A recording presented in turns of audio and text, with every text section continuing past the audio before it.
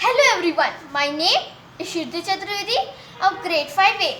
Today, we the 5th graders are going to show some activities on air. What is air? Earth's atmosphere is a huge portion of air in which we all live.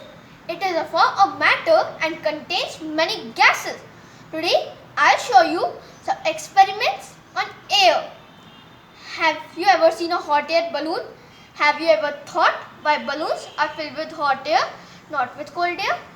For that only, I'll show you some experiments. For that, we need very less things like 2 bottles, 2 balloons, ice cold water and hot water.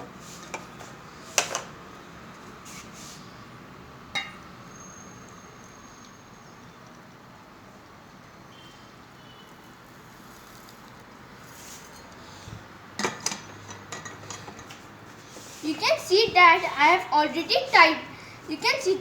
already tied the balloons on the neck of the bottle. Now I'll keep this bottle in the hot water.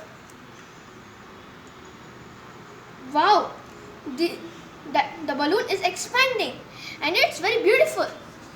Now I'll keep this bottle in the ice cold water. You can see that the balloon is not expanding.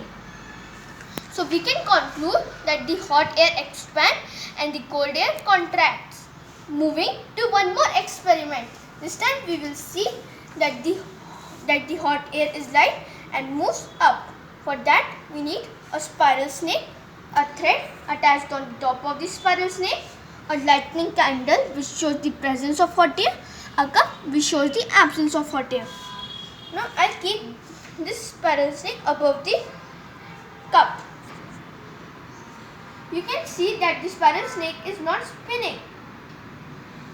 Now I'll hang it above the lightning candle. You can see that the spiral snake is spinning. So we can conclude that the hot air is light and it rises. Now moving to the last part of the experiment, and that is the application of air in our day-to-day lives. You can see that the fire is used to operate the hot air balloon. Fire alarms are near the ceilings to detect the fire. In case of ACs, the cold air comes down and we feel little chill. The last but not the least, the water cycle. You can see that the hot air is moving up and the cold air is settling down. Now we'll go to conclusion. Hot air expands, hot air rises, and the hot air is light. Thank you. Hope you like my experiments. Everyone, I am Harshini of grade 5C. As we know, air is an invisible mixture of gases. It surrounds the earth. As these gases retain their properties in air, hence air is called a mixture of gases. So today I'm going to show you the presence of oxygen and carbon dioxide in air with the help of a few activities. So for this, the first activity, I have a saucer filled with water, a lit candle and glass tumbler.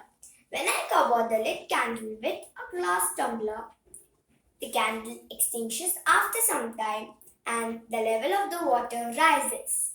How does this happen? Let me explain. The oxygen present in the tumbler gets consumed by the flame and the level of the water rises due to the decrease in the amount of air. So, I have used oxygen for burning candle. But is oxygen used only for burning? No, it has many other uses. Let me tell you some of them. Oxygen is an important element that is needed by most life forms on Earth to survive. Oxygen is used in respiration process and supports conversion. Oxygen tanks are used in hospitals as a life support for astronauts and scuba divers for welding and cutting of other metals and as rocket propellant. Now let us see the second activity and what do we learn from it. When I bring a lit candle near a glass filled with water, the flame does not turn off. Now let us see what happens when I add a sachet of ENO powder in another glass of water.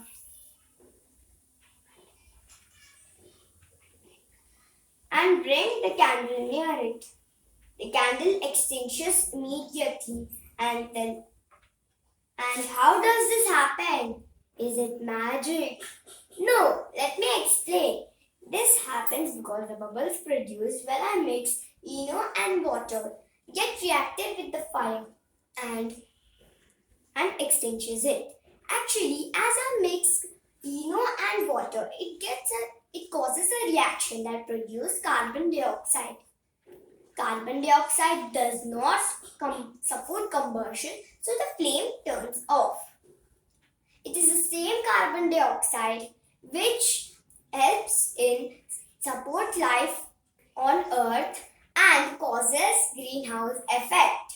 Carbon dioxide can also be used as a refrigerant, fire extinguisher, for inflating life rafts and life jackets, for blasting of coal, forming rubber and plastic, and in carbonated beverages. Just a note to say thank you. Hello everyone, I am Rosen of grade 5. Let me show some magic. But my magic involves something invisible. Can you guess what is that? It's air. My magic is glass with the power of Hulk. I have taken a tray and laid a wet tissue paper on it and also kept a candle on it and now covering it with a tumbler. Let's wait for some time and see what happens. Now I am keeping the other two tumblers.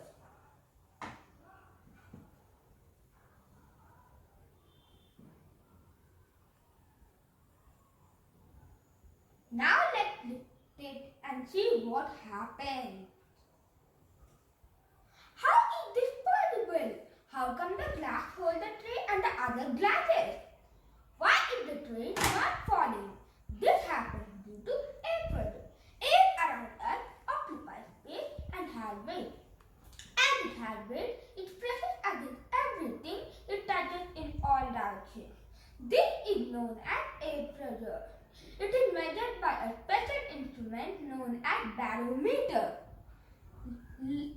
Now let's see how air exerts pressure. So here the fire uses all the oxygen available in the tumbler, and once it consumes all the available oxygen, the fire extinguishes.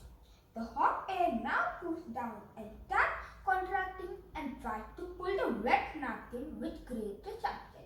This creates a strong bond between the glass and the tray, so strong that the tray can now hold more weight.